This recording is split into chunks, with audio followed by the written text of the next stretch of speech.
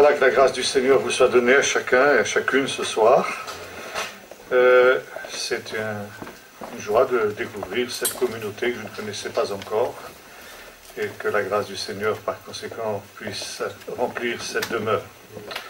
On m'a demandé de vous parler d'un sujet brûlant, le complot des nations contre Israël. Et pour cela, j'aimerais que nous lisions plusieurs textes pour introduire cette réflexion. Le premier dans le psaume 83, à partir du verset 1er. Cantique, psaume d'Asaph. Ô Dieu, ne reste pas dans le silence, ne te tais pas, et ne demeure pas tranquille, ô Dieu. Car voici que tes ennemis s'agitent, ceux qui te haïssent lèvent la tête. Ils forment contre ton peuple des projets pleins de ruses. En réalité, le texte hébreu dit une chose un petit peu différente et beaucoup plus forte. Ils ont contre ton peuple, ils tiennent contre ton peuple des conciliabules secrets. Voilà exactement le sens de ce mot. Et ils tiennent conseil contre ceux que tu protèges en disant « Faisons-les disparaître en tant que nation et qu'on ne se souvienne plus du nom d'Israël. » Ils tiennent conseil, tous d'un même cœur, ils concluent une alliance contre toi, les tentes d'Édom et les Ishmaélites, Moab et les Agaréniens, Gval, Ammon, Amalek, les Philistins avec les habitants de Tyr, l'Assyrie aussi se joint à eux, et il prête son bras aux enfants de Lot. Et puis nous lirons un autre texte dans le livre de l'Exode, au chapitre 17 et à partir du verset 8. Exode, chapitre 17 et verset 8. Amalek va combattre Israël à Réphidim. Alors Moïse dit à Josué, « Choisis-nous des hommes, sors et combat Amalek. Demain, je me tiendrai sur le sommet de la montagne, le bâton de Dieu à la main. » Josué fit ce que Moïse lui avait dit pour combattre Amalek. Moïse, Aaron et Hour montèrent au sommet de la colline. Lorsque Moïse élevait les mains, Israël était le plus fort. Et lorsqu'il reposait la main, Amalek était le plus fort. Les mains de Moïse étaient alourdies. Ils prirent une pierre qu'ils placèrent sous lui et il s'assit dessus. Aaron et Hour tenaient ses mains l'un d'un côté, l'autre de l'autre, et ses mains restèrent fermes jusqu'au coucher du soleil. Et Josué soumit Amalek et son peuple en les frappant au tranchant de l'épée. L'Éternel dit à Moïse, écris ces choses dans un souvenir, dans un livre, et déclara à Josué que j'effacerai le souvenir d'Amalek de dessous les cieux. Moïse bâtit un autel qu'il appela du nom de l'Éternel, mon étendard, et il dit, parce qu'une main a été élevée contre le trône de l'Éternel, il y aura guerre de l'Éternel contre Amalek de génération en génération. Il y a dans notre monde une haine étrange, unique en son genre. C'est une haine qui se transmet de génération en génération depuis la nuit des temps jusqu'à nos jours. Cette haine, c'est la haine d'Israël. Et c'est quelque chose de tellement surprenant, de tellement déconcertant, que un chercheur qui s'est beaucoup penché sur cette question, qui s'appelle André Taguieff, Pierre-André Taguieff, qui n'est pas, à ma connaissance, un croyant tel que l'on le conçoit, en tout cas, je ne le connais pas personnellement, mais des écrits que j'ai lus de lui ne ressortent pas une foi extraordinaire, mais il a quand même cette interrogation, il dit, on peut se demander, en voyant les formes diverses que prend cette haine, s'il n'y aurait pas derrière cette haine une puissance maléfique, on ne saurait mieux dire. Et les textes que nous avons lus, notamment le dernier que nous avons lu, nous montrent qu'il en est bien ainsi. Il y a derrière cette haine une puissance maléfique, la puissance de l'adversaire, la puissance de Satan. Pourquoi Israël est-il ainsi haï? Un petit peuple de quelques 12, 13, 14 millions d'habitants, plutôt de représentants. Difficile de donner un chiffre exact, mais disons ça tourne autour de ça. Même, disons, si nous allons jusqu'à 18 millions, c'est insignifiant quand on pense, par exemple, à 1 milliard de musulmans. Quand on pense à ces millions de Chinois ou autres, n'est-ce pas, et ce petit peuple, eh bien, on a l'impression qu'il menace l'univers tout entier. Il est un problème pour l'univers tout entier. Et c'est un fait qui est absolument sans équivalent dans l'histoire. Aucun autre peuple n'a suscité autant de haine que le peuple d'Israël, et une haine, finalement, comme le dirait un autre texte aussi, sans cause. Ils m'ont haï sans cause.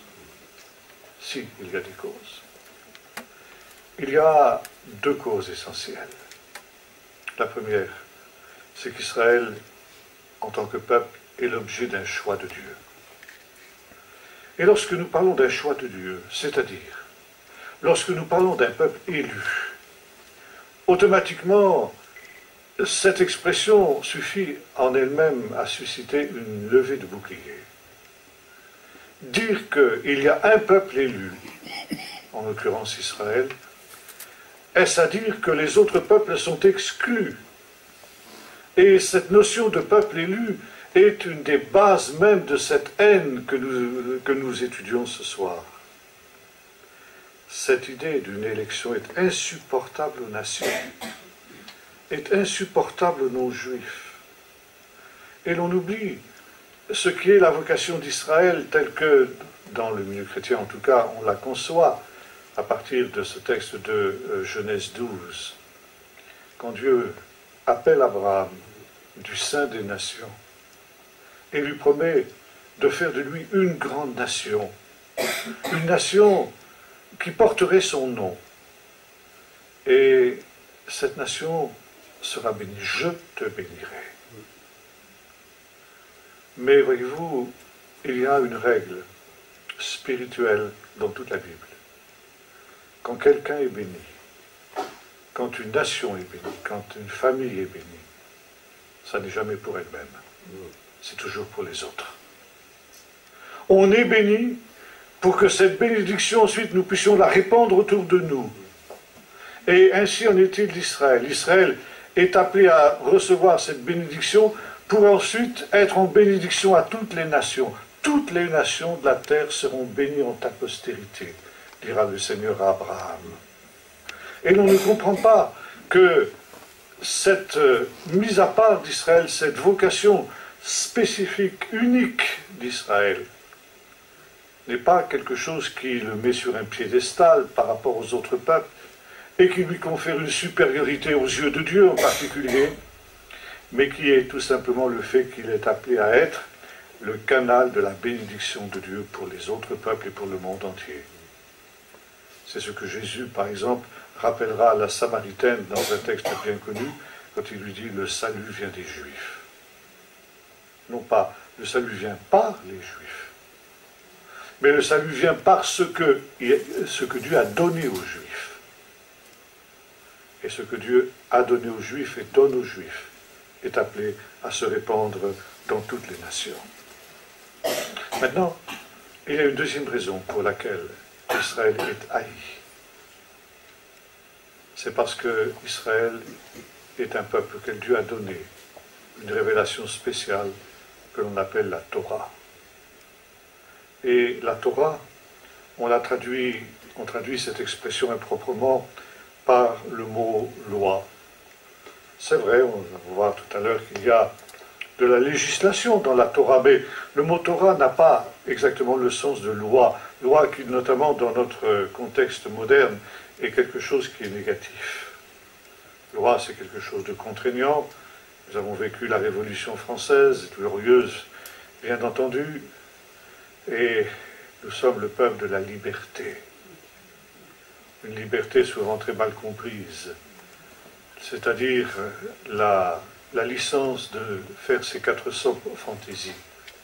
Ce n'est pas du tout comme ça que la Bible nous parle de liberté. Mais le mot Torah signifie littéralement l'enseignement. Dieu va enseigner le peuple d'Israël pour que cet enseignement se répande ensuite aux nations, comme nous l'avons vu tout à l'heure. Et qu'est-ce que Dieu veut enseigner aux nations? Ce qu'il est. Ce qu'il comprend, ce qu'il aime, ce qu'il n'aime pas. Par conséquent, à faire la différence entre le bien et le mal. Autrement dit, une notion morale. Et alors le mot moral, c'est un mot abominable aussi aujourd'hui dans notre monde moderne, y compris dans nos églises. Morale. Comme disait un ancien ministre de la Culture, que je ne nommerai pas, ce qui est immoral, ce serait de revenir à la morale. Depuis mai 68, nous savons qu'il n'y a plus de morale. Or, le Dieu de la Bible est un Dieu moral. Et dès les premières lignes du livre de la Genèse, il y a cette révélation d'un Dieu moral. Quand Dieu crée la lumière, il nous est dit qu'il voit que la lumière est bonne. Et il appelle la lumière jour et les ténèbres, il l'appelle nuit. Dire que la lumière est bonne, c'est dire que Dieu prononce un jugement de valeur sur ce qu'il a créé. S'il y a des choses qui sont bonnes, il y a aussi par conséquent des choses qui sont leur contraire et qui sont mauvaises. Si Dieu déclare bonne la lumière, implicitement ça veut dire qu'il déclare mauvaise les ténèbres. Un Dieu qui donne des jugements de valeur sur les œuvres de ses mains est un Dieu moral. Et ça, c'est ce qui est la spécificité même de la Bible et de la vision biblique. Les dieux des nations, les idoles, sont tout ce qu'on voudra, sauf des êtres moraux. Prenez par exemple les dieux des Grecs ou des Romains, et vous verrez qu'ils sont l'objet des mêmes passions que les hommes. Ils sont menteurs, voleurs, adultères, guerriers, violents, etc. Par conséquent, et ils n'exigent aucune conduite morale de la part de leurs adorateurs. Dieu, le Dieu de la Bible, est le seul Dieu de tous les dieux des nations, qui soit ce Dieu moral. Et c'est pourquoi la Bible est un livre moral. La Torah est un livre moral. Et c'est aussi la raison pour laquelle Dieu, ce Dieu moral, attend de ses créatures, des créatures libres qu'il a créées, que sont les hommes, ça veut dire vous et moi, il attend d'eux une conduite morale. Le prophète posait la question, on t'a fait connaître, ô homme, ce qui est bien. Qu'est-ce que l'Éternel demande de toi? Que tu aimes la justice et que tu pratiques la miséricorde et que tu marches humblement avec ton Dieu. Autrement dit, qu'est-ce que l'Éternel attend de toi? Que tu aies une conduite morale. Et ça, c'est insupportable à l'être humain. Israël est le peuple de la Torah. Ça veut dire de cette révélation morale qui lui a été donnée et qu'il a pour mission de répandre à tous les autres hommes. Mais parce que l'homme a choisi cette révolte contre Dieu, cette révolte dont nous parlons aussi ce soir, eh bien, l'homme ne peut pas accepter, l'homme naturel n'accepte pas une révélation qui serait une révélation morale. Et j'aimerais que nous lisions quelques versets encore dans le psaume 2, où nous voyons justement, dans le temps de la fin, le temps qui est le nôtre, cette révolte des nations contre non plus tant le peuple d'Israël, mais bel et bien contre la Torah du Seigneur. Psaume 2, un des psaumes les plus souvent cités dans le Nouveau Testament. Pourquoi les nations s'agitent-elles? Les peuples ont-ils de vaines pensées? Les rois de la terre se dressent et les princes se liguent ensemble contre l'Éternel et contre son Messie. Brisons leurs liens et rejetons loin de nous leurs chaînes. Les sages d'Israël se sont posé la question de comprendre le sens de ce dernier verset que nous avons lu. Brisons leurs liens et débarrassons-nous de leurs chaînes. De quel lien Et de quelle chaîne s'agit-il donc? Les versets précédents ont évoqué justement cette révolte, ce complot des nations contre l'Éternel, contre son Messie. Chose que nous voyons aujourd'hui. Et les sages nous ont dit qu'il s'agit là de la grande révolte finale qui est décrite dans ce psaume 2. Ensuite, il est question de ces liens et de ces chaînes. À la fin des années 40, au début des années 50, on a découvert les fameux manuscrits de la mer Morte, les documents de Qumran. Et parmi ces documents de Qumran, il y en avait un qui était très intéressant parce qu'il était un commentaire de ce psaume 2. Un commentaire qui est pratiquement contemporain du Nouveau Testament, donc contemporain de Jésus. Et ce commentaire pose justement la question que nous avons évoquée il y a un instant: quels sont ces liens et quelles sont ces chaînes dont les nations chercheront à s'affranchir au temps de la fin? Et la réponse est celle-ci: ce sont les chaînes de la Torah du Seigneur. Et le commentaire est très intéressant parce qu'il nous dit ceci. Il fait une relation avec ce qui nous est dit dans les versets suivants. Il rit, celui qui siège dans les cieux.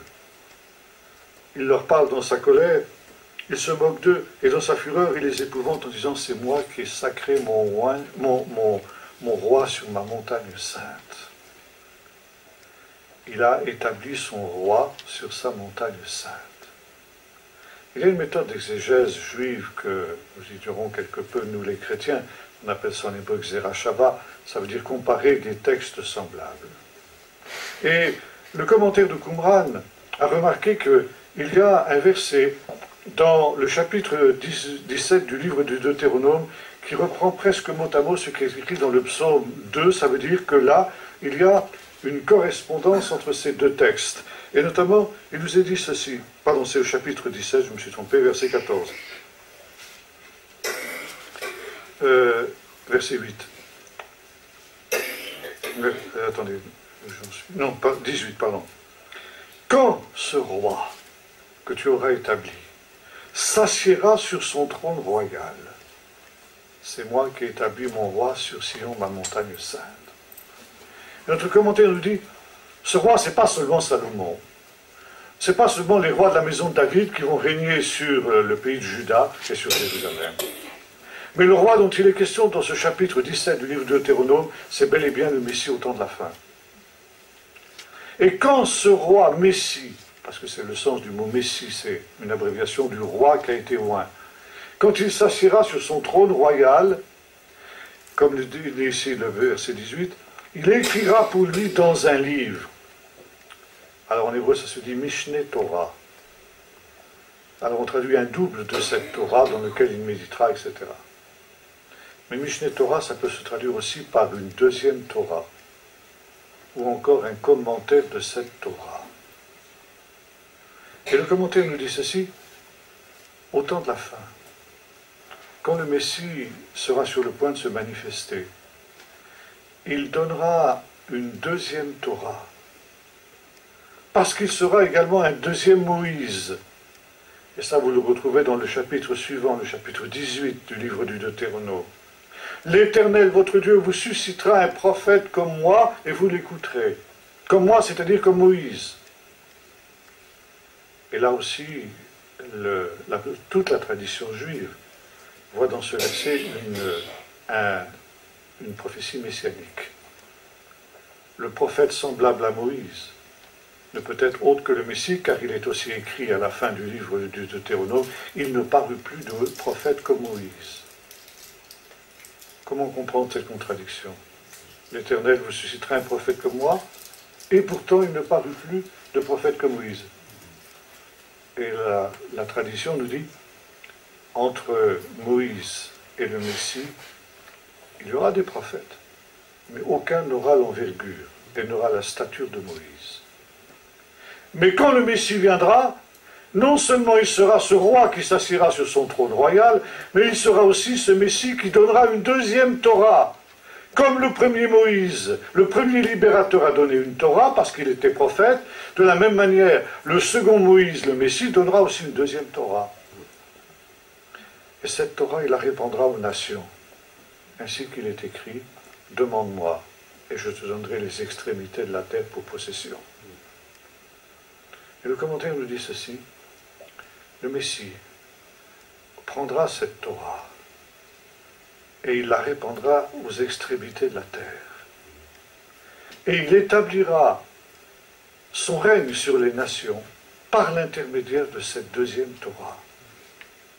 Et les nations recevront avec joie le joug de cette Torah sur leurs épaules, parce que pour elles, ce joug de cette Torah sera un fardeau doux et léger. Ça vous rappelle certainement une parole de l'Évangile, où Jésus dit, « Venez à moi, vous tous qui êtes fatigués et chargés, je vous donnerai du repos. Prenez mon joug sur vous et recevez mes instructions, car je suis doux et humble de cœur, et vous trouverez le repos de vos âmes, car mon joug est doux et mon fardeau est léger. » Et voyez-vous, ce règne du Messie, selon ce commentaire que l'on a à Qumran, sera un règne qui ne se fera pas par la contrainte, qui ne se fera pas par la violence, mais qui se fera par la douceur. Et c'est volontairement que les nations recevront ce règne du Messie dans leur cœur. Et on pose une autre question très intéressante. Mais au moment où les nations recevront ce joug de la Torah, Israël le recevra-t-il? On ne répond pas à cette question, mais on laisse entendre qu'au moment où les nations recevront le joug de la Torah du Messie, il se pourrait bien qu'Israël ne le fasse pas. Et quand vous lisez notamment l'évangile de Matthieu, qui est l'évangile le plus juif de tous les 4 évangiles, il est écrit par un juif pour des juifs, d'une manière juive. Et Matthieu a concentré les paroles de Jésus, que l'on trouve dispersées dans les 2 autres évangiles synoptiques, c'est-à-dire dans Marc et dans Luc. Il les a regroupés en 5 grands discours séparés par des récits de miracles de Jésus. 5 grands discours. 5, pourquoi 5? Je ne sais pas si vous voyez un petit peu la relation. Et le premier des discours de Jésus, c'est celui qu'on appelle le sermon sur la montagne. La montagne aussi, c'est très intéressant. Petit à petit, vous avez des indices, 5 discours, dont le premier commence sur la montagne. Et d'ailleurs, ce premier discours de Jésus n'est autre qu'un commentaire de la Torah. Et ce discours nous dit de la chose suivante, « Ne croyez pas que je sois venu pour abolir la Torah et les prophètes. Je suis venu non pas pour abolir, mais pour accomplir. » Bon, accomplir, il faut retraduire cette expression en hébreu. Ça veut dire pour, on dit en hébreu, les kayem, ce qui signifie littéralement donner l'explication véritable du commandement, par conséquent l'établir. Si on donne une véritable interprétation du commandement, alors on établit ce commandement sur des bases solides. Si on donne une interprétation erronée, on abolit le commandement. Et Jésus dit, vous avez entendu qu'il a été dit, et moi je vous dis, voilà la véritable signification du commandement. Mais Jésus ne remet pas en cause le commandement. S'il le faisait, il serait un faux prophète. Ça aussi nous l'avons dans le livre de Deutéronome. S'il surgit au milieu de toi un prophète qui annonce autre chose que cette Torah qui a été révélée, c'est un faux prophète, tu n'écouteras pas. C'est l'Éternel ton Dieu qui te tente, pour savoir si tu vas mettre ou non en pratique les commandements du Seigneur. Et par conséquent, il y a ici cette importance de cette Torah que Jésus confirme. Mais 5 grands discours, ça rappelle les 5 livres de Moïse, les 5 livres de la Torah, Genèse, Exode, Lévitique, Nombre, Deutéronome. Et comment la Torah, ces 5 livres de Moïse ont-ils été donnés? Dans quel endroit? Sur la montagne du Sinaï. Et Jésus donne sa Torah, lui, le second Moïse, selon ce qui a été prophétisé, il la donne sur une montagne, c'est pas laquelle. Géographiquement, nous n'avons aucun indice qui nous permet de dire c'est cette montagne plutôt qu'une autre. une vieille tradition, peut-être exacte, peut-être pas, qui montre à côté de Capernaum une montagne qu'on appelle la montagne des Béatitudes, la montagne du sermon sur la montagne. Comme disent les Normands, peut-être bien que oui, peut-être bien que non, c'est peut-être là, c'est peut-être pas là, peu importe. Mais la montagne, ça veut dire c'est un nouveau Sinaï. D'où ce Jésus, ce second Moïse, donne cette Torah qui a été prophétisée. Voyez-vous, Matthieu connaissait parfaitement bien cette interprétation que l'on a retrouvée à Qumran et dont je vous parle. Maintenant, le commentaire continue dit ceci. Mais dans les temps de la fin, juste avant que le Messie établisse son règne définitivement, ces mêmes nations qui, dans un premier temps, jusqu'aux extrémités de la terre, parce qu'il faut que cet évangile atteigne les extrémités de la terre, l'évangile c'est quoi? C'est justement cette nouvelle Torah. L'évangile, c'est la Torah de Jésus. Vous retrouvez d'ailleurs ça aussi à la fin de ce même évangile de Matthieu, dans ce que on appelle, nos frères anglo-saxons en particulier appellent la grande commission. Aller dans le monde entier et prêcher l'évangile, ou la bonne nouvelle, ça veut dire la même chose, à toute la création. Et voilà, faites du sein des nations, de toutes les nations, faites des disciples. Baptisez-les au nom du Père, du Fils et du Saint-Esprit, et enseignez-leur à garder tout ce que je vous ai prescrit. Bon. Cette parole de Jésus nous est parvenue en grec, comme toutes les paroles du Nouveau Testament, parce que le Nouveau Testament nous est parvenu en grec. Mais Jésus ne l'a pas prononcé en grec. Jésus connaissait-il le grec? C'est possible. Mais même s'il connaissait le grec, il n'a pas parlé à ses disciples dans cette langue. Il l'a fait forcément en hébreu, non pas en araméen, pour des raisons que je ne peux pas vous expliquer ce soir, parce que ce serait trop long. Et si vous retraduisez ces paroles en hébreu, ça vous donne ceci. Enseignez-leur à garder toute ma Torah, puisque Torah, nous l'avons vu, c'est l'enseignement. Enseignez-leur à garder tout ce que je vous ai enseigné, ça se traduit en hébreu par enseignez-leur toute ma Torah. Par conséquent, cette bonne nouvelle qui doit être répandue dans le monde entier, c'est justement la Torah du Messie. Cette deuxième Torah qui avait été prophétisée par Moïse lui-même dans le chapitre 18 du Deutéronome que nous avons vu tout à l'heure. Et voilà, il faut, dit Jésus, que cette bonne nouvelle du royaume soit répandue dans toutes les nations, et seulement alors viendra la fin.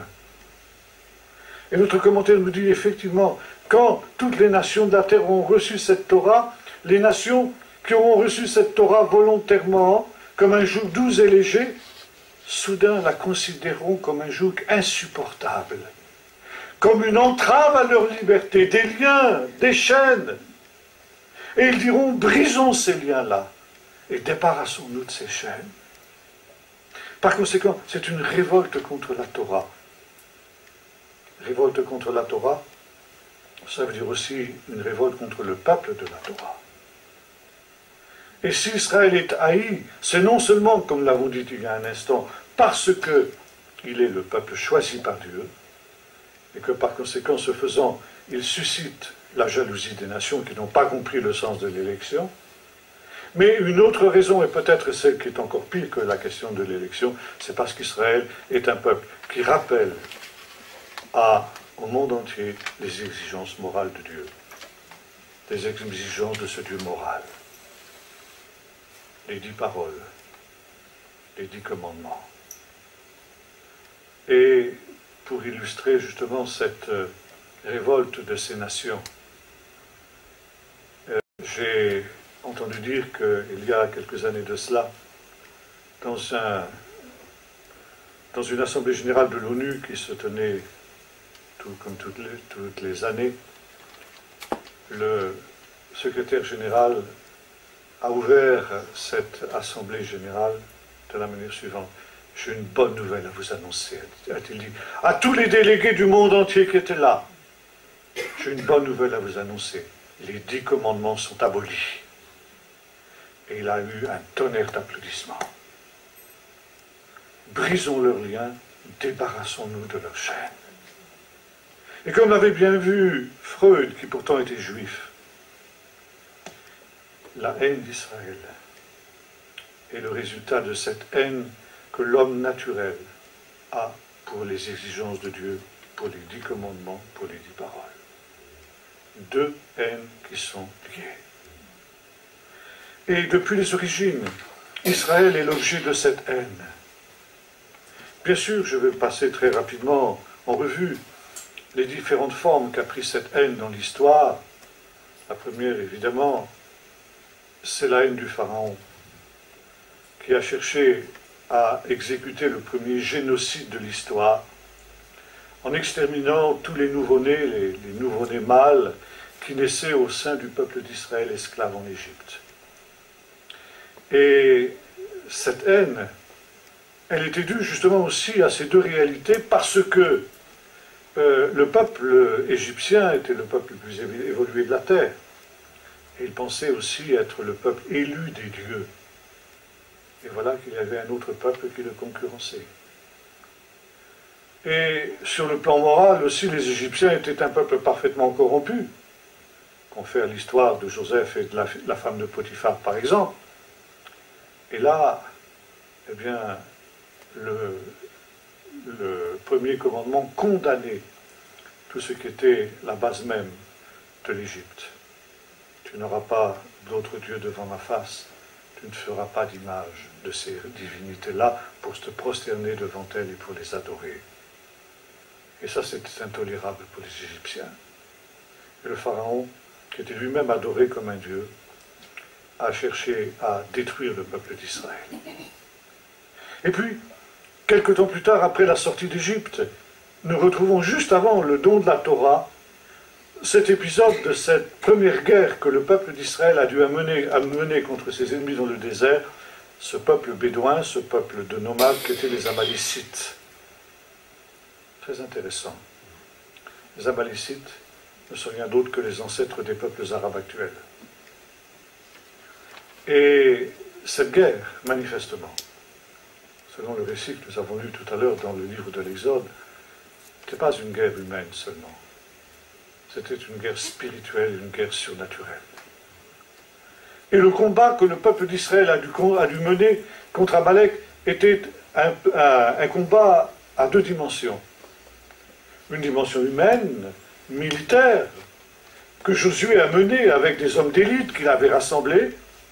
Mais pendant que ce combat militaire avait lieu, il y avait un combat spirituel qui se tenait sur la montagne où Moïse intercédait devant Dieu.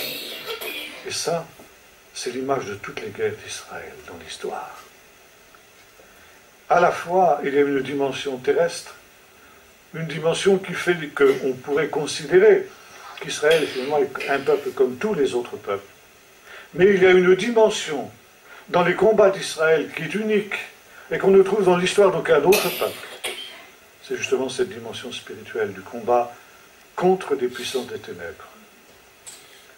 Et lorsque Amalek a été pour l'heure vaincu, il nous a dit ceci, le Seigneur parle à Moïse et dit « Puisque la main d'Amalek a été levée contre le trône de l'Éternel, il y aura guerre entre Israël et Amalek de génération en génération, mais au temps de la fin, j'effacerai la mémoire d'Amalek de dessous les cieux. » Et on retrouve ça au livre du Deutéronome.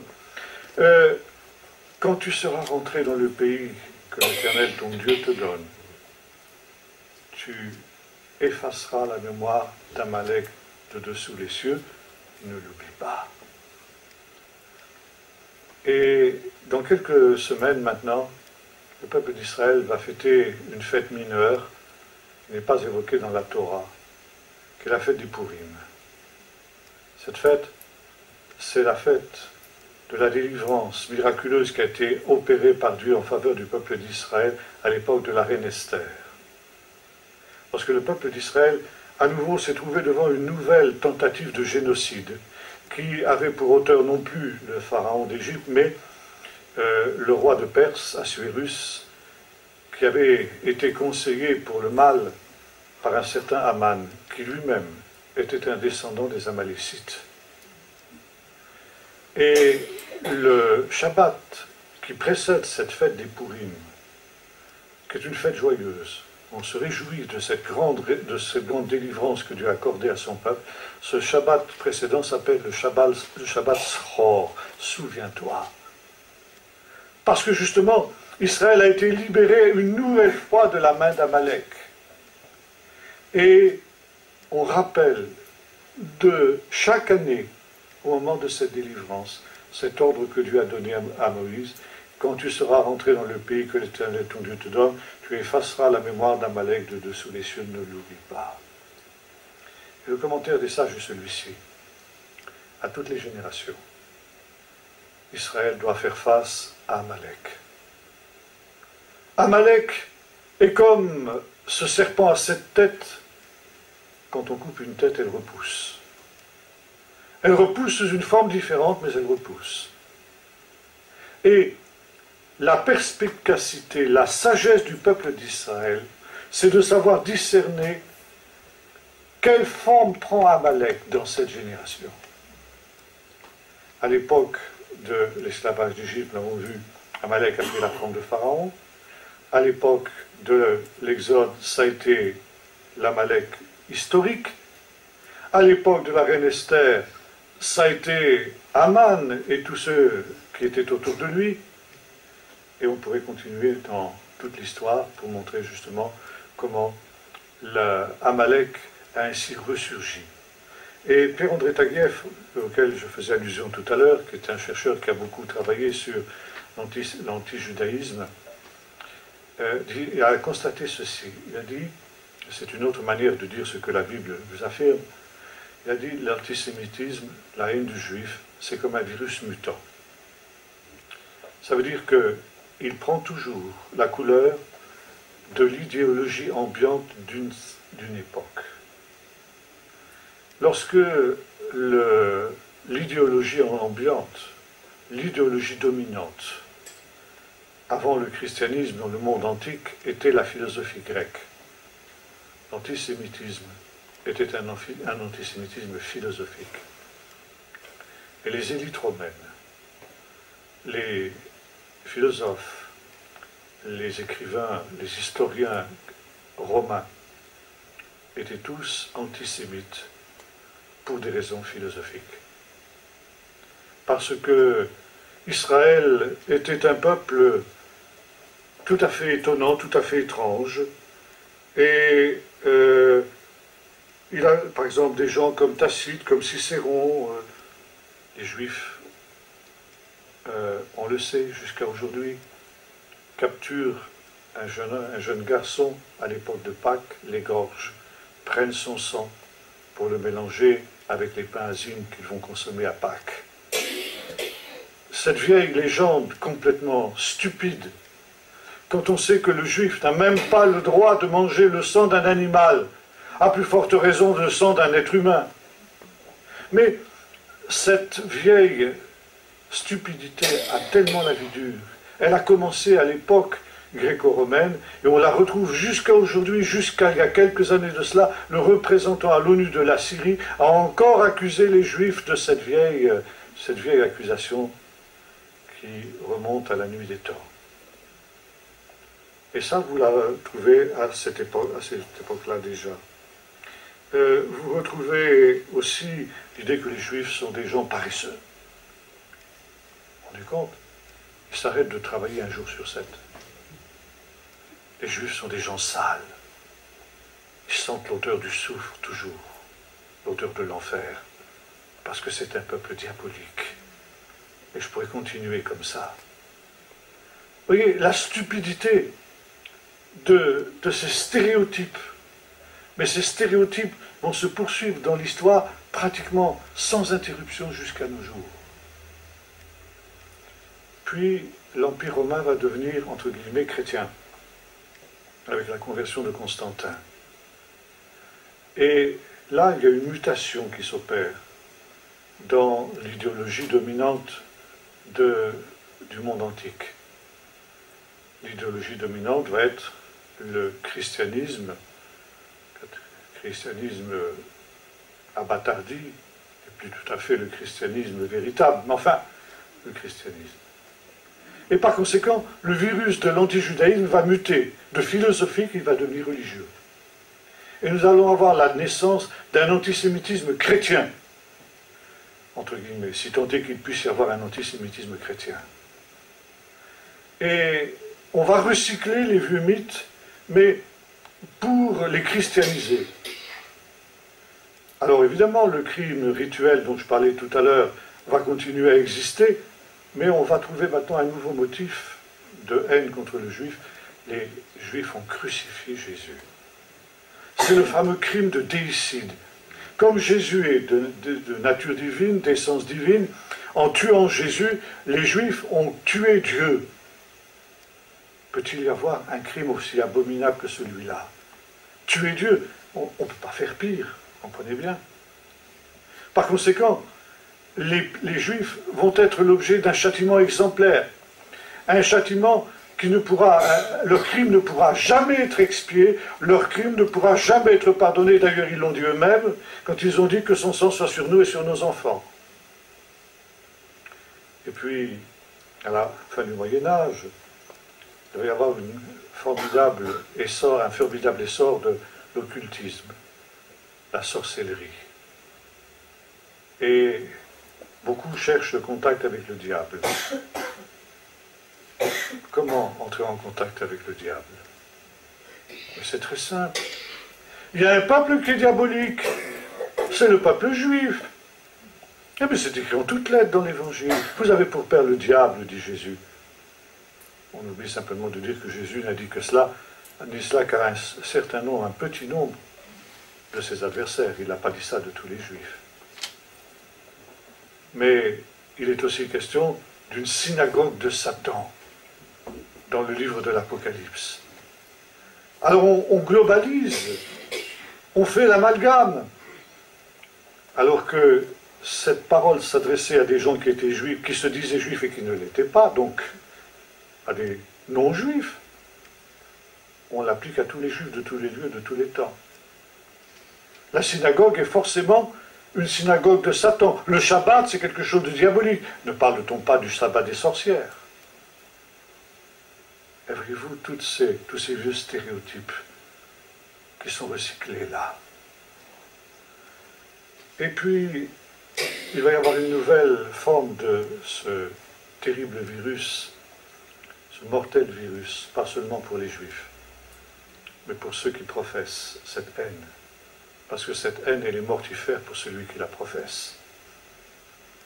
Eh bien, c'est au moment de l'émancipation, de la Révolution française, quand, en principe, on émancipe les Juifs, on leur donne l'égalité des droits. Et l'on pensait que cette vieille haine, qui était, imaginait-on, un aspect du christianisme que l'on voulait aussi tourner, eh bien, voilà qu'il renaît sous une autre forme. L'idéologie dominante, à partir de la fin du XVIIIe siècle, et durant tout le XIXe siècle, jusqu'à la Première Guerre mondiale, ça va être le nationalisme. En principe, les Juifs sont des citoyens des pays au sein desquels ils résident. Mais ce sont des citoyens suspects. Ils sont un peuple unis entre eux. Ils sont un peuple cosmopolite qui se tient et se tiennent les uns les autres, d'une nation à l'autre, au-delà des frontières, au-delà des barrières des langues, etc. Et il y a un complot mondial des Juifs pour dominer le monde. Vous retrouvez ça chez Hitler, vous retrouvez ça jusqu'à nos jours chez les peuples arabo-musulmans. Et va naître alors ce qu'on appelle l'antisémitisme, parce que les Juifs sont un peuple oriental qui vit en Occident. Mais qu'un élément étranger, hétérogène dans la culture européenne, qui est étranger à cette culture et qui a amené une idéologie étrangère au génie européen, à savoir le judéo-christianisme. Et on commence à englober dans la même haine, la haine du juif et la haine du christianisme. Brisons leur lien et débarrassons-nous de leur chair. Vous voyez le poison qui avait été dénoncé déjà par le psalmiste dans le psaume 2, comment petit à petit il se distille. et ça aboutit à la Shoah, ça aboutit à Hitler. Il faut purifier l'Europe de cet élément cosmopolite et hétérogène, oriental, sémite que sont les Juifs, et bien par l'annihilation de ce peuple. Hitler disait, les Juifs, ce sont comme des rats qui diffusent la peste. Quand on a des rats qui diffusent la peste, qu'est-ce qu'on fait? On élimine les rats. Alors, puisque les Juifs aussi distillent le poison qui empoisonne l'Europe, à savoir le judéo-christianisme, il faut éliminer les Juifs. Et c'est la Shoah. 6 millions de Juifs vont payer de leur vie cette monstruosité qui vient directement de l'enfer, qui vient directement de l'adversaire. Et on aurait pu penser qu'après une telle catastrophe, c'est le sens du mot Shoah d'ailleurs, Shoah ça veut dire la catastrophe en hébreu, eh bien on avait terminé totalement contre l'antisémitisme. Eh bien non. L'antisémitisme renaît sous une nouvelle forme, nouvelle mutation du virus, l'antisionisme. Aujourd'hui, plus personne, à part quelques lepénistes attardés, ne professe le bon vieil antisémitisme d'Adolf Hitler, sous-entendu. Et tout le monde s'accorde, tout le monde, à part ces quelques attardés, a condamné cet antisémitisme, ce racisme hitlérien. C'est même devenu le péché contre le Saint-Esprit de la religion laïque moderne. On ne peut pas commettre crime plus grand que le racisme. Et chaque fois que survient, par exemple, un anniversaire de la fin de la Deuxième Guerre mondiale, de la libération des camps d'Auschwitz, alors on entend des magnifiques discours, des cérémonies émouvantes en mémoire des victimes. On pleure sur ces malheureuses victimes, ces 6 millions de Juifs.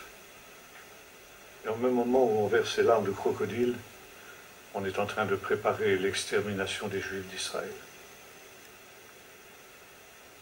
Mais on n'est pas antisémite, vous comprenez. On est antisioniste. On n'est pas contre les Juifs en soi. On est contre ces méchants Juifs qui ont la mauvaise idée de recréer un État au sein du monde arabe, dans la Palestine, comme on l'appelle aujourd'hui. Et il ne faut pas confondre les deux choses. On peut être antisioniste sans être pour autant antisémite. Du moins, c'est ce qu'on prétend. Je me souviens, il y a quelques années de cela, je débattais avec un pasteur évangélique en Suisse, devant la télévision, sur cette question d'antisionisme. Et ce pasteur antisioniste avait commencé par reprendre cette ancienne que je viens d'évoquer. Je suis antisioniste, mais je ne suis pas antisémite. J'aime les Juifs, il n'y a pas plus grand ami des Juifs que moi. Mais dans l'intérêt des Juifs eux-mêmes, parce que les Juifs sont un peuple spirituel qui ne doit pas salir ses mains dans la politique humaine comme il le fait actuellement avec ses afro-sionistes, je suis antisioniste. Et voilà, il continuait sur ce registre. Et le journaliste s'est tourné vers moi et dit, Monsieur Taubois, vous serez, je pense, d'accord avec ce monsieur pour dire qu'on peut être antisioniste sans être antisémite. Je dis non, je ne suis pas d'accord. Pour moi, antisionisme et antisémitisme, c'est la même chose, et je vous le prouve. Qu'est-ce que c'est que l'antisémitisme? C'est refuser aux Juifs ce que l'on accorde à tout être humain, ou exiger de lui ce que l'on exige d'aucun autre être humain, c'est-à-dire un surcroît de vertu et de probité. Puisque le peuple juif et le peuple de la Torah est un peuple moral, ben qu'il montre en ayant une morale supérieure à celle des autres. Et on admettra parfaitement, par exemple, que des Arabes assassinent froidement hommes, femmes et enfants dans une synagogue en Israël ou en dehors d'Israël, mais qu'Israël est le toupet de se défendre et de tuer les assassins de ses enfants, c'est un crime impardonnable. C'est une riposte disproportionnée, de poids et de mesure. Or, toute ethnie, quelle qu'elle soit, par exemple une ethnie qui habite sur une île du Pacifique ou de l'océan Indien, 300 000, 500 000 habitants sur cette île, selon la charte de l'ONU, a le droit de s'autodéterminer et de créer sur cette île un État indépendant reconnu immédiatement par l'ONU. Et le peuple juif, le plus ancien peuple de l'histoire, celui qui a traversé la nuit des temps depuis les origines, celui auquel nous devons notre civilisation occidentale, serait le seul peuple de l'univers qui n'aurait pas le droit de s'autodéterminer, qui n'aurait pas le droit d'avoir un État comme les autres peuples. Si vous êtes antisioniste et que vous refusez ce droit au peuple d'Israël, alors vous êtes antisémite, tout simplement, parce que vous faites une discrimination entre le peuple juif et les autres peuples. Alors voyez-vous, ici, ce virus mutant, la mémoire d'Amalek. Et la Bible évoque, dans le psaume 83 que nous avons lu tout à l'heure, la dernière révolte des nations contre le peuple d'Israël. Il y a toujours eu cet arrière-plan de révolte, de haine du peuple d'Israël, comme je l'ai montré ici très très brièvement. Évidemment, il aurait fallu passer beaucoup de temps pour évoquer les massacres des croisés, de l'Inquisition, enfin, bon, mais c'est pas, notre temps ne nous le permet pas. Mais selon le psaume 83 et le psaume 2, il y aura au temps de la fin une ultime révolte des nations contre Israël, toutes les nations contre Israël.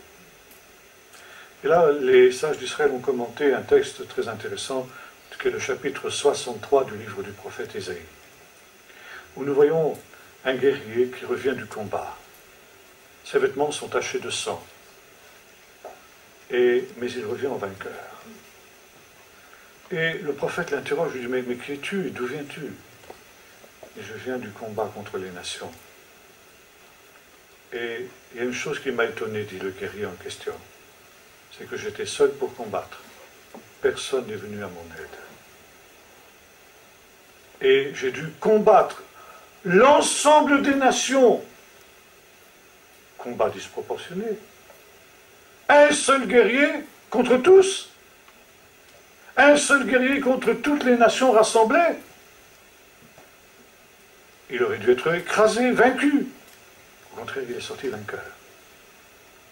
Il dit, j'ai foulé ces nations comme on foule le grain, le raisin au moment de la vendange. Et de la même manière que le jus du raisin sort rouge comme du sang, de la même manière, ces peuples que j'ai écrasés dans ma fureur, dans ma colère, eh bien, ont répandu leur sang comme le jus du raisin quand il est foulé aux pieds par ceux qui le foulent. Alors on comprend que ce guerrier victorieux n'est pas un guerrier ordinaire. Et la tradition juive nous dit que ce guerrier, c'est le Messie. C'est le Messie qui, au temps de la fin, va se trouver confronté à cette révolte dont il est question dans le psaume 2 que nous avons lu tout à l'heure. Et pourquoi va-t-il intervenir?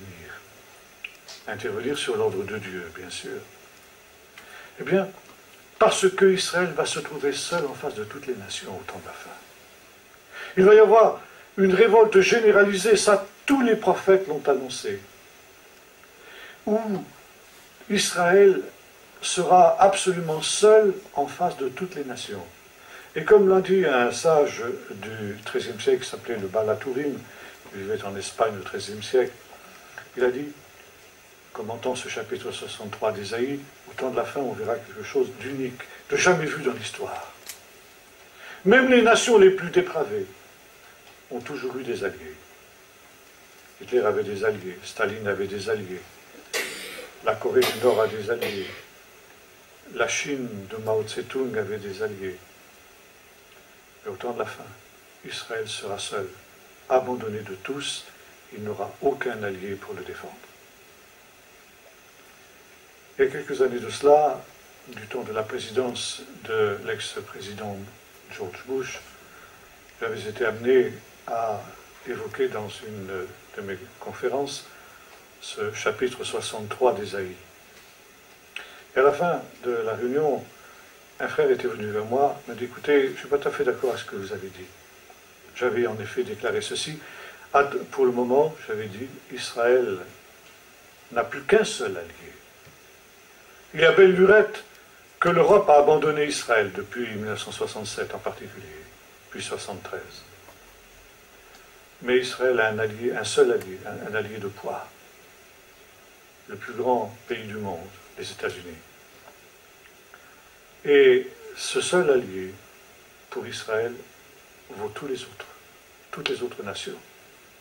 Aussi longtemps qu'Israël aura le soutien des États-Unis, toute la coalition des nations ne pourrait rien contre lui. Mais, selon la Bible, attendez-vous à ce qu'un jour, les États-Unis abandonnent Israël. Et c'est là que ce frère m'avait dit, je ne suis pas d'accord avec ce que vous avez dit. Je connais très bien les États-Unis, je peux vous dire une chose. Jamais les États-Unis n'abandonneront Israël. Je dis, mon cher frère, il ne faut jamais dire jamais. Surtout quand la Bible dit le contraire. Or, on est obligé de constater aujourd'hui que depuis la venue au pouvoir du président Obama, eh bien, Israël est en passe d'être lâché par les États-Unis. J'étais avec un géopoliticien de très haut niveau, pas plus tard qu'hier, à Lausanne, Guimilière, et nous parlions ensemble des prochaines élections qui vont avoir lieu aux États-Unis en novembre prochain. Je disais, ça va être déterminant. Si un républicain arrive au pouvoir, alors tout est possible. Si c'est un démocrate qui est dans la mouvance de Obama, alors la catastrophe va être irréversible. Et Israël va être abandonné de tous. Alors, quand sera-t-il? Nous ne savons pas, personne ne le sait, c'est le secret de Dieu. Mais nous voyons déjà une possibilité pour Israël d'être abandonné par son ultime allié et par conséquent de demeurer seul. Et s'il reste seul, il est forcément en danger de mort. Toutes les nations contre Jérusalem, bien sûr, l'armée d'Israël est une armée puissante, mais que peut-elle faire contre toutes les nations liguées contre elle? Il est évident que le combat est inégal. Et voyez-vous, le prophète entend de la part du Messie, ce Messie guerrier, non plus le guerrier, le Messie doux, qui vient sur un âne dont nous avons parlé tout à l'heure, et qui répand sa Torah aux nations, en disant « Je suis doux et humble de cœur, vous recevrez le repos de vos âmes ». Mais c'est lorsque les nations ont dit « Brisons leurs liens et débarrassons-nous de leurs chaînes » qu'il va maintenant se métamorphoser. Ce Messie humble et doux de cœur devient ce guerrier victorieux du chapitre 63 d'Ésaïe. Et il y a une chose très intéressante, un parallèle qui est à faire. C'est que nous vivons aujourd'hui la prophétie où Jésus dit ceci, que Jérusalem sera foulée aux pieds par les nations jusqu'à ce que les temps des nations soient accomplis. Laissant entendre que lorsque Israël reviendra dans son pays, la souveraineté des nations sur Jérusalem cessera, ce qui a été le cas le 7 juin 1967, une date prophétique extraordinaire que les chrétiens feraient bien de noter à l'encre rouge dans leur Bible. 7 juin 1967. Or, quand vous retraduisez en hébreu aussi cette parole, jusqu'à ce que le temps des nations soit accompli, ça vous donne ceci, Adkish lemuitot agoyim, ce qui peut se traduire de la manière suivante, jusqu'à ce que les nations aient mis le comble. Le comble à quoi? Ça, un vieux commentaire aussi, qui date d'un siècle et demi avant Jésus, nous répond. Nous dit ceci, commentant ce texte du psaume 2, il nous dit ceci. Pour châtier les nations, le souverain maître du monde, c'est-à-dire Dieu, attend qu'elles aient mis le comble à leur péché. Le comble du péché. Et nous arrivons à cette date qui a suivi le 7 juin 1967, mai 68. Mai 68, ça a été cette grande révolte dont il est question dans le psaume 2, contre l'Éternel, contre son Messie, contre la Torah et contre le peuple d'Israël. Et notre président de la République de l'époque, Charles de Gaulle, a pris la tête de cette croisade qui est en train de porter ses fruits amers aujourd'hui, où toutes les nations sont contre Jérusalem. La France porte une responsabilité essentielle dans ce complot des nations contre Israël. Et les deux intervenants que nous avions hier à Lausanne ont démontré ça en long, en large et en travers, que comment justement la France est au centre de ce drame. Et par conséquent, il y a une malédiction particulière sur notre peuple de France. Je dis ça avec beaucoup de tristesse, parce que je suis français, que j'aime mon pays, mais c'est une réalité. Et c'est la raison pour laquelle nous devons prier spécialement pour notre pays, à cause de cette malédiction qui repose sur nous. Mais 68, brisons leurs liens, débarrassons-nous de leurs chaînes. Interdit d'interdire. Plus de loi, plus de morale, comme nous disions tout à l'heure. Et par conséquent, eh bien, en même temps qu'il y a cette révolte des nations contre la Torah du Seigneur, il y a cette révolte des nations contre Israël. Une révolte qui est d'abord une révolte spirituelle contre la moralité de la Torah, et qui prend ensuite un aspect militaire contre le peuple qui incarne cette révélation morale de la Torah qui est le peuple d'Israël. Et aujourd'hui, nous vivons ce drame d'une manière très particulière et évidemment avec des conséquences qui sont gravissimes, comme nous le lisons dans la suite du psaume 2. Il rit celui qui est assis dans les cieux et se moque d'eux. Puis il les épouvante dans sa colère. Il dit, c'est moi qui ai oint mon roi sur Sion, ma montagne sainte.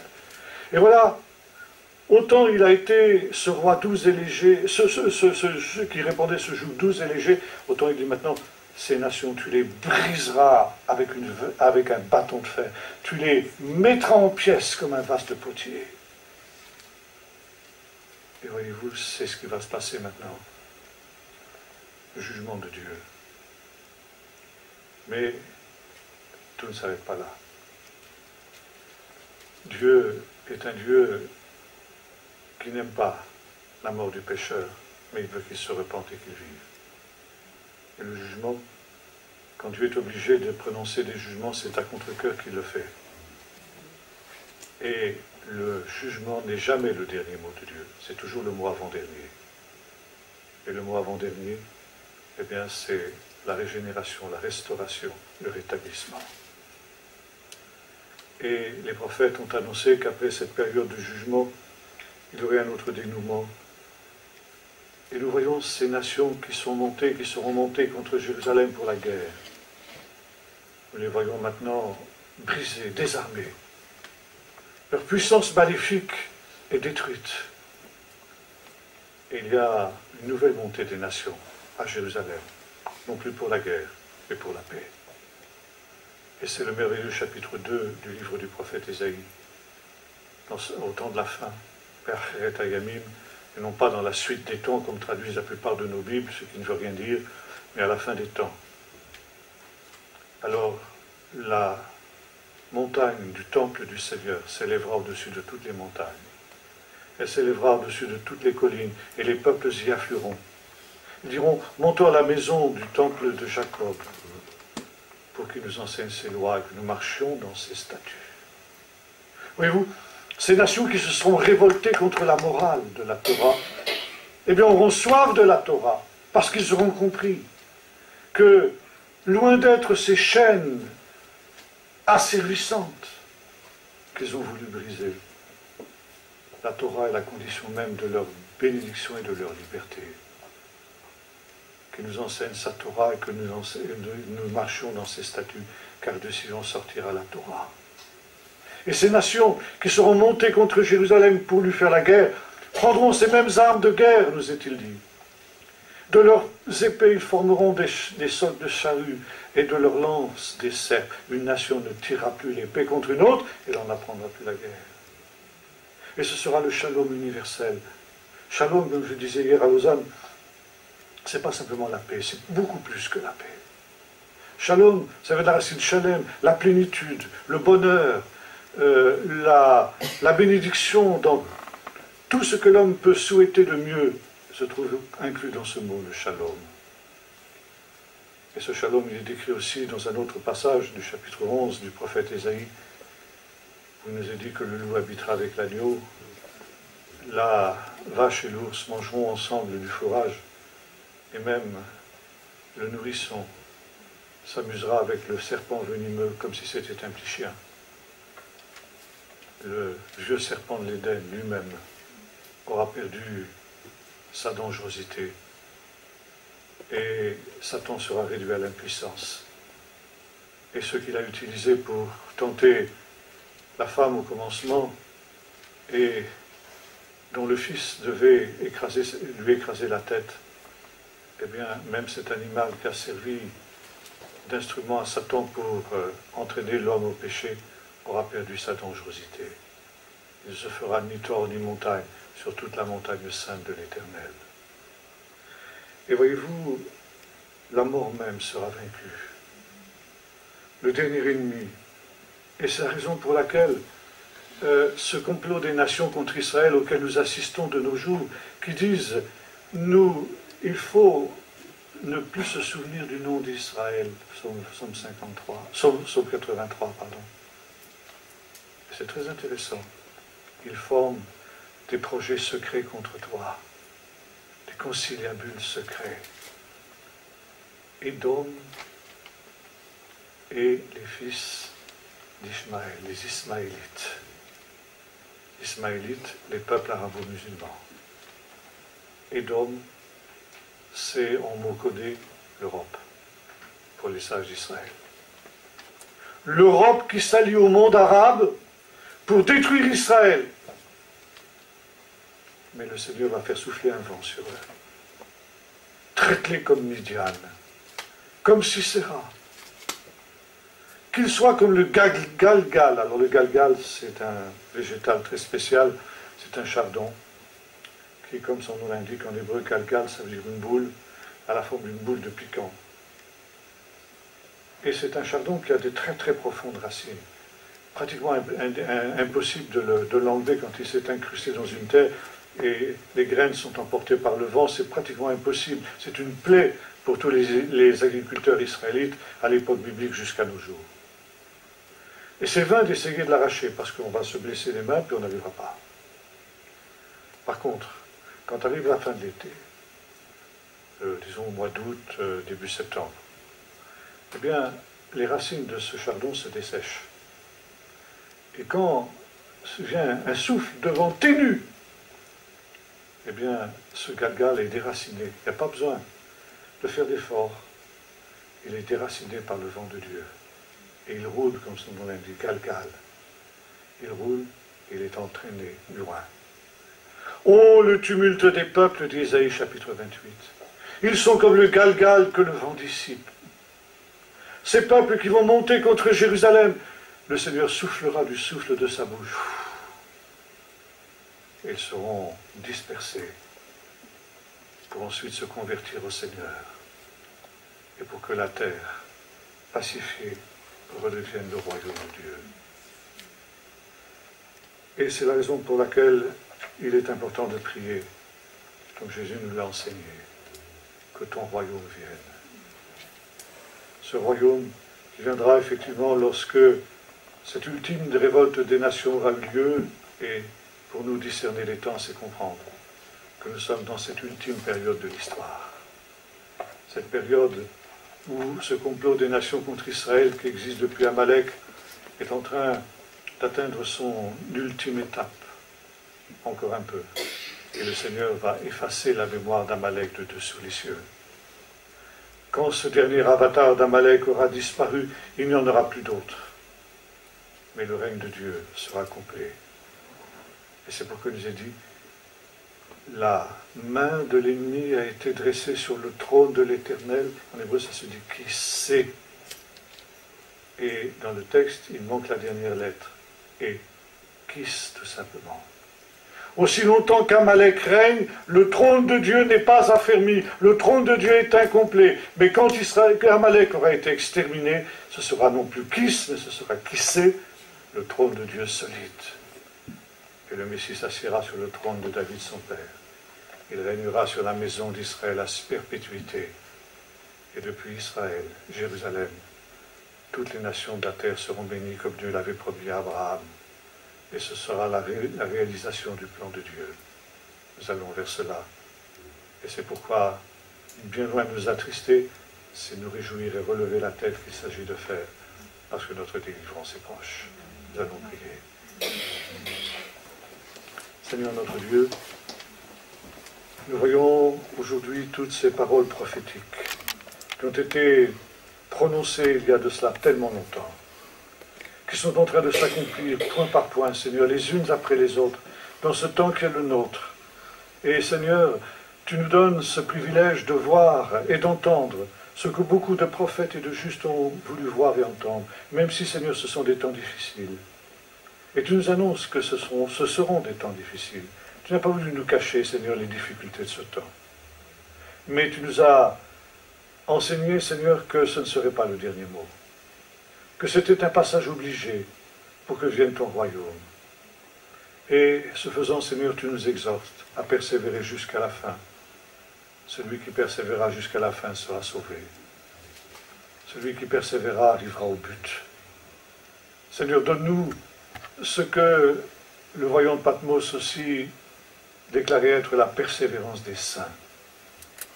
Ceux, Seigneur, qui ne se lassent pas, qui ne se découragent pas en face des difficultés du temps présent, et qui savent y reconnaître les sursauts de l'agonie d'un monde qui est en train de périr, pour laisser la place à la naissance d'un monde nouveau, où la justice habitera. Et avec nos frères des premiers siècles, Seigneur, nous voulons te dire, comme le disait aussi l'Esprit et l'Épouse, périsse ce monde et vienne ton royaume.